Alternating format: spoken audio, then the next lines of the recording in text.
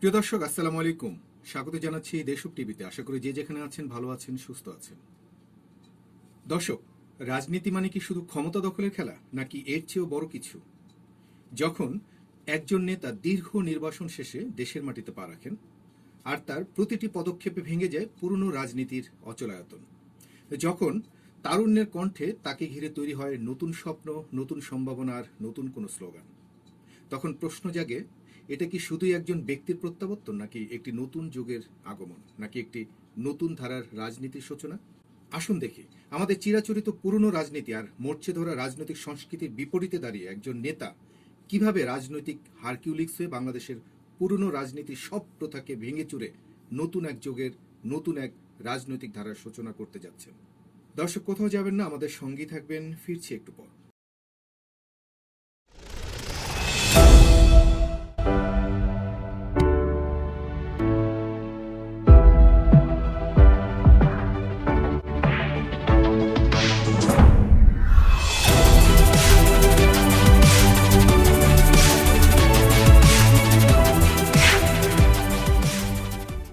বাংলাদেশের রাজনীতির মঞ্চ সেই পুরনো ডায়াস, সেই জ্বালাময় ভাষণ আর প্রতিপক্ষকে ব্যক্তিগত আক্রমণ। কিন্তু এই চিরাচরিত দৃশ্যপটে ঝড়ের মতো আবির্ভূত হলেন একজন নায়ক, একজন তারেক রহমান। 18 বছরের নির্বাসন শেষে তিনি ফিরে এসেছেন সম্পূর্ণ নতুন এক রূপ নিয়ে, নতুন এক রাজনৈতিক ভাবনা আর ভাষা নিয়ে। আজ আমরা পুঙ্খানুপুঙ্খরূপে বিশ্লেষণ করব তারেক রহমানের সেই 5টি বিশেষ কৌশল, যা তাকে অন্যদের থেকে আলাদা এবং অনন্য করে তুলেছে, এবং কিভাবে এই গুণগুলো বাংলাদেশের রাজনীতির ভবিষ্যৎ নির্ধারণ করে দিচ্ছে। দর্শক, তারেক রহমান যে নতুন ধারার সূচনা করেছেন তা কিন্তু কোনো আকস্মিক ঘটনা নয়। এটি একটি সুচিন্তিত, আধুনিক এবং যুগান্তকারী কৌশল। চলুন তাহলে এক এক করে দেখে নেওয়া যাক তার এই পঞ্চকৌশল, যা হয়ে উঠেছে রাজনীতির পঞ্চরত্ন।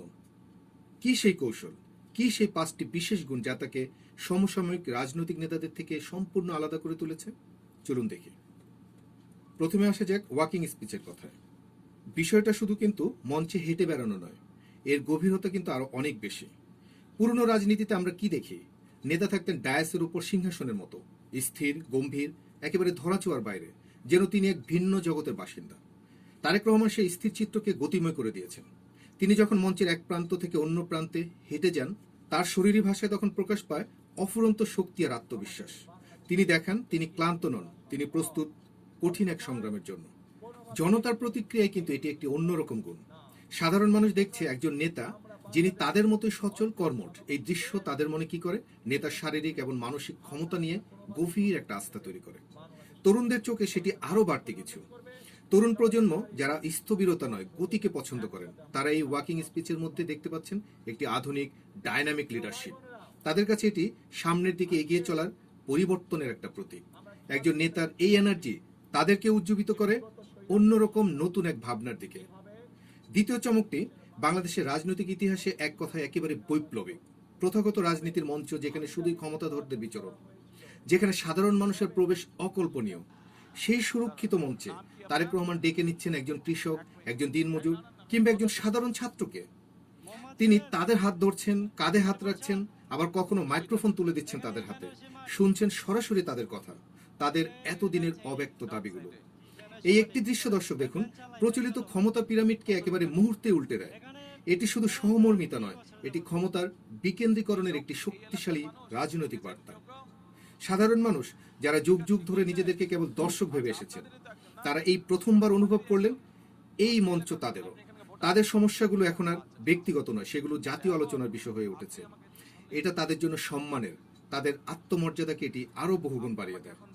তরুণরাও কিন্তু বিষয়টিকে দেখছেন এক অন্যরকম চোখে।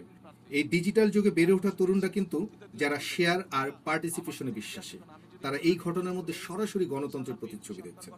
তাদের মনে হচ্ছে এই নেতা শুধু তাদের জন্য, তাদের কথা বলেন। তিনি শুধু নিজের কথা বলেন না, তিনি তাদের কথাও সবার সামনে তুলে ধরেন।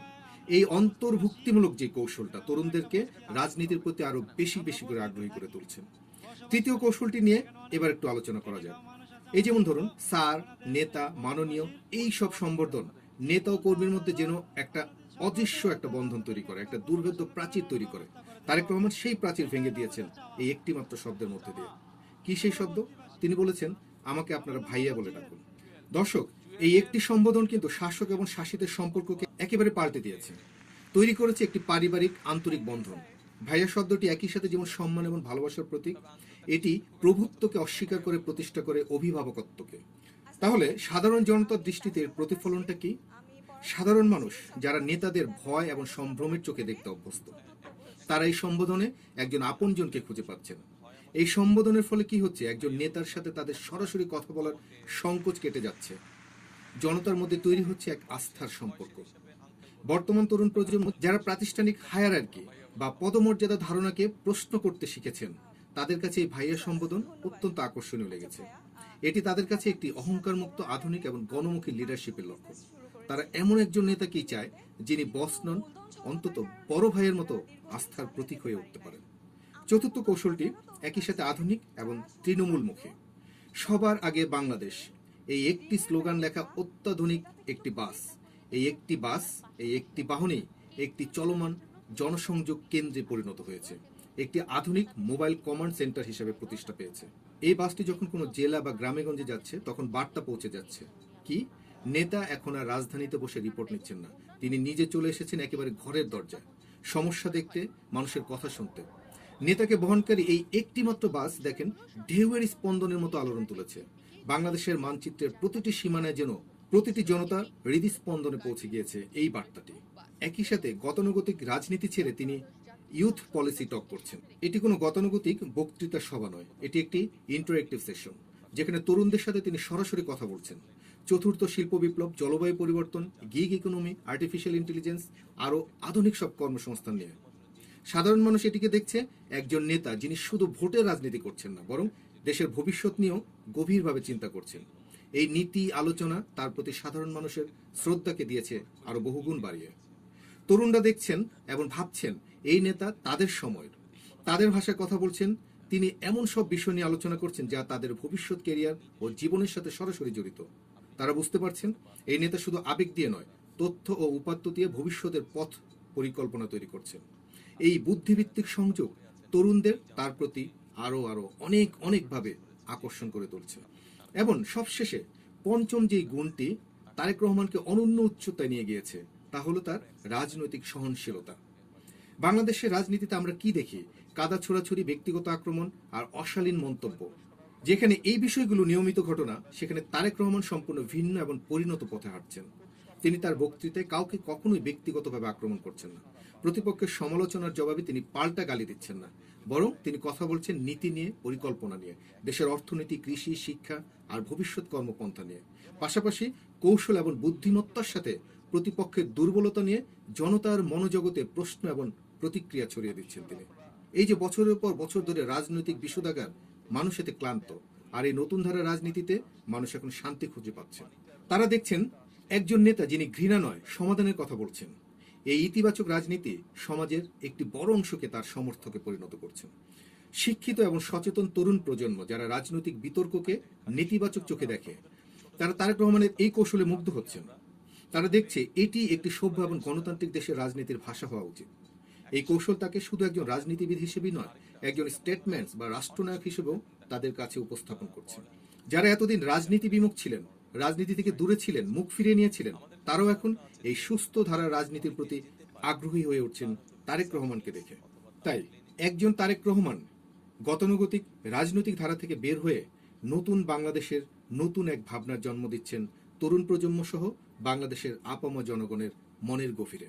আর এই বিশেষ গুণগুলোই তারেক রহমানকে অন্যান্য সমসাময়িক বাংলাদেশের রাজনীতিবিদদের থেকে সম্পূর্ণ আলাদা, অনন্য এক উচ্চতায় পৌঁছে দিচ্ছে, যেখানে অন্যেরা দিন দিন পিছিয়ে পড়ছেন যোজন থেকে যোজন দূরে। দর্শক, আমাদের এই গভীর বিশ্লেষণ আপনার কেমন লাগলো? তারেক রহমানের এই নতুন কৌশল নিয়ে আপনার কি ভাবনা? আশা করি কমেন্টে জানাবেন আপনার মূল্যবান মতামত। আমরা আপনার মতামতের অপেক্ষায় আছি। দর্শক, আজকের মতো এখানে শেষ করছি। প্রতিদিনের সংবাদের পেছনের সংবাদ আর এমন গভীর তথ্যভিত্তিক বিশ্লেষণ পেতে চোখ রাখুন দেশব টিভিতে। আমাদের চ্যানেলটি সাবস্ক্রাইব করুন আর নোটিফিকেশন বেলটি অন করে দিন, যাতে কোনো আপডেট আপনার মিস হয়ে না যায়। দেখা হবে পরবর্তী কোনো ভিডিওতে। সেই পর্যন্ত সবাই ভালো থাকুন, সুস্থ থাকুন। ধন্যবাদ।